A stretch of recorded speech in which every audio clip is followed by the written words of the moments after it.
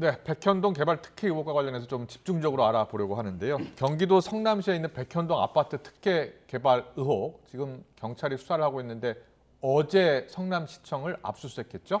네, 이재명 당시 성남시장의 측근이 연루됐다는 의혹을 들여다보기 시작한 건데 이와 관련해서 김광삼 변호사와 자세한 이야기 나눠보겠습니다. 어서 오세요. 네, 안녕하세요. 네, 안녕하세요. 먼저 경찰 수사 속보인데요. 성남시청에 대한 압수수색을 했는데 시장실, 도시개발 관련 부서 등이 다 포함됐어요. 무엇을 들여다보기 위해서입니까? 일단 이제 중요한 것은요. 원래 그 백현동에 이제 한국식품단지가 거기에 조성돼서 원래 만들게 돼 있었죠. 그런데 네. 이게 이제 전라북도 완주로 이전을 합니다. 네. 그런데 그 단지를 굉장히 노른자 땅이기 때문에 여기 개발하려는 그런 업체들이 많았어요. 그랬군요. 그래서 예. 2014년도에 네. 이 용도 변경을 해줘라. 이게 자연 녹지 지역이거든요. 그러니까 아파트 같은 질 수가 없어요. 그래서 준 주거 지역으로 용도 변경을 해달라고 2번이나 네. 신청을 했는데 이게 반려가 되고 기각이 됐습니다. 누가 신청한 겁니까? 그건 알려지지 않았어요. 그러니까.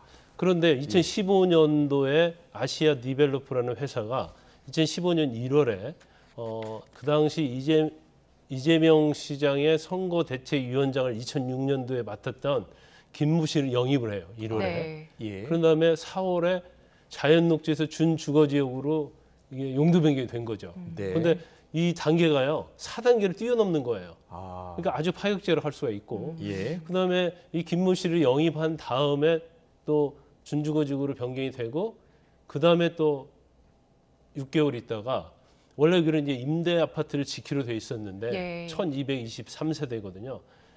100% 임대 아파트를 지키로 돼 있었는데 10%만 임대 아파트를 짓고 나머지는 민간 분양을 하는 걸로 허가가 되는 거예요. 네. 그러니까 그러면은- 사실은 예. 그 업체 디벨로퍼 입장에서 보면 엄청난 수익. 지금 뭐 그냥 추산하기로 한 3천억 정도의 그렇군요. 수익을 얻었다 이제 그런 얘기가 나오고 있는 예. 거예요. 그래서 예, 예. 이 인허가 과정에서 특혜가 있었느냐, 또 특혜를 주면서 뭔가 모종의 검은 돈이 왔다 갔다 했느냐, 이제 이 부분을 경찰에서 들여다보고 있는 거죠. 그렇군요. 예. 그래서 이 백현동 의혹이 대장동 의혹이랑 판박이다라는 이야기가 많이 나오더라고요. 변호사께서 보시기엔 어떻습니까?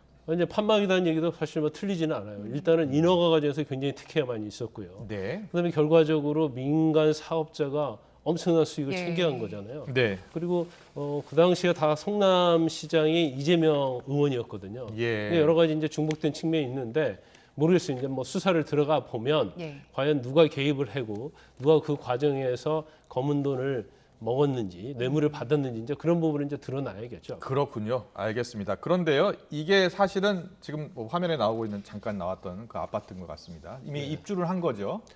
6월 입주라고. 6월 입주예요? 곧 예, 입주를 입주 하겠군요. 이제 시작이 됐다고 그럽니다. 그런데 이게 감사원이 감사를 이미 한 것으로 알고 있고 또 감사원이 뭐 문제가 있다 해서 대검찰청에 수사를 지난해 요청했다면서요? 네, 이제 감사원에 시민단체에서 공익감사 요청을 했어요. 네. 그래서 감사에서 감사를 해보니까 이거 문제가 있다. 그래서 대검에 수사 요청을 했고 대검에서 수원지검에 내려보냈고 그랬군요. 이제 수원지검이 이제 경찰에 수사하도록 이첩을 한 거죠. 아. 그런데 감사원에서 수사 요청한 것뿐만 아니라 또 국민의힘에서도 이 부분에 대해서 고발을 했어요. 네. 그렇군요. 그러니까 예. 투트랙에서 고발이 되고 수사 요청이 된 거죠. 네네. 그래서 현재 경기 남부경찰청에서 수사가 진행이 되고 있는 겁니다. 네. 이번 의혹의 쟁점이 이제 이재명 의원이 연루됐느냐 이 부분이잖아요. 네, 그 그렇죠. 선대위원장이 이재명 성남시장 당시 그 선대본부장을 지냈던 김모 씨가 연루가 된 거니까 네네. 그럼 앞으로 수사 방향은 어떻게 되겠습니까?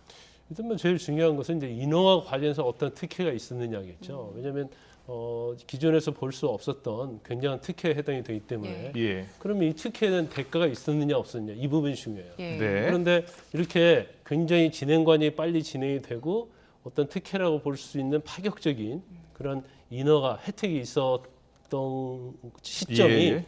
바로 이 2006년도에 성남시장을 했던 이재명 의원의 측근 김모 씨가 영입이 되면서 이게 일사천리로 진행이 된 거거든요. 네. 네. 그러니까 그렇기 때문에 그 과정에 있어서 어떤 이재명 시장이랄지 아니면 이재명 측근과 어떤 거래 관계가 있느냐 네. 이런 문제가 될 수가 있고요. 예, 예. 그다음에 제일 인허가 관련된 특혜에서 제일 중요한 것은 이제 뇌물과 관련된 거거든요. 네. 그런데 사실 이 김모 씨를 영입을 했는데 네. 그 당시 초기에 5차례 걸쳐서 2억 원을 줬어요. 예. 그리고 이 개발 과정이 완성이 되니까 한 70억 정도를 준 걸로 알려져 있죠. 그러면 단순히 영입을 했는데 이렇게 많은 돈이 과연 오고 갈 수 있느냐. 네. 이제 그런 부분에 대해서 이제 검찰이 의혹을 가지고 경찰이 수사를 진행하고 있습니다. 그렇군요. 네. 일단은 이재명 의원 관련 사건 수사가 지금 전방위로 이루어지고 있는 것 같아요. 네네. 예.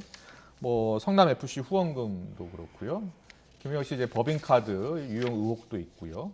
관련 수사가 전방위로 이루어지는 것에 대해서 일단 야당에서는 기획된 수사 아니냐 이런 비판 지적이 나오거든요. 변호사님께서 보시기에는 어떻습니까? 근데 야당은 이제 정치 보복이다 그렇게 계속 주장을 하고 있죠. 네. 이제 정치 보복이라는 의미 자체는 사실은 전에 이미 종결된 사건을 끄집어내서 처벌하기 위해서 의도적으로 수사를 예. 한다랄지 아니면 이전에 없던 사건에 대해서 뭐 이잡듯이 뒤져서 흠을 네네. 잡아서 수사를 한다면 정치 보복이라 할 거예요. 근데 예, 예. 지금 경기 남부경찰청에서 수사하고 있는 6개를 보면 말이죠. 네네. 네. 예를 들어서 부인 김혜경 씨와 관련된 법인카드랄지 그다음에 경기주택도시공사 합숙소 관련된 부분 예. 그리고 장남 도박 의혹 이것은 지난 대선 과정에서 불거진 거예요. 네. 그렇군요. 그리고 고발이 예. 다 된 사건이고요. 예, 예. 그다음에 성남 FC는 이건 뭐 굉장히 오래된 사건이고, 그다음에 백현동 특혜 의혹도 이제 고발된 사건이기 때문에 이거 자체를 검찰에서 기획 수사를 한다. 근데 기획 수사를 한다는 것은 어떤 목표를 딱 정해놓고 수사 단계를 짜는 거예요. 네. 그리고 어느 선까지 구속을 하고 어느 선까지 처벌할 것인지를 계획을 세워서 하는 것이 기획 수사인데 네. 아직은 뭐 수사의 초기라서 이걸 가지고 이제 정치 보복이다 이렇게 말하기는 어려울 것 같아요. 그렇군요. 근데 일각에서는 이번 지방선거 때 성남시장이 국민의힘 소속으로 바뀌었잖아요. 네. 12년 만에 국민의힘 소속 시장이 이제 나온 겁니다. 그래서 과거와 달리 수사 자료를 적극적으로 협조할 가능성이 있다라는 그런 이야기도 나오는데 어떻게 보세요?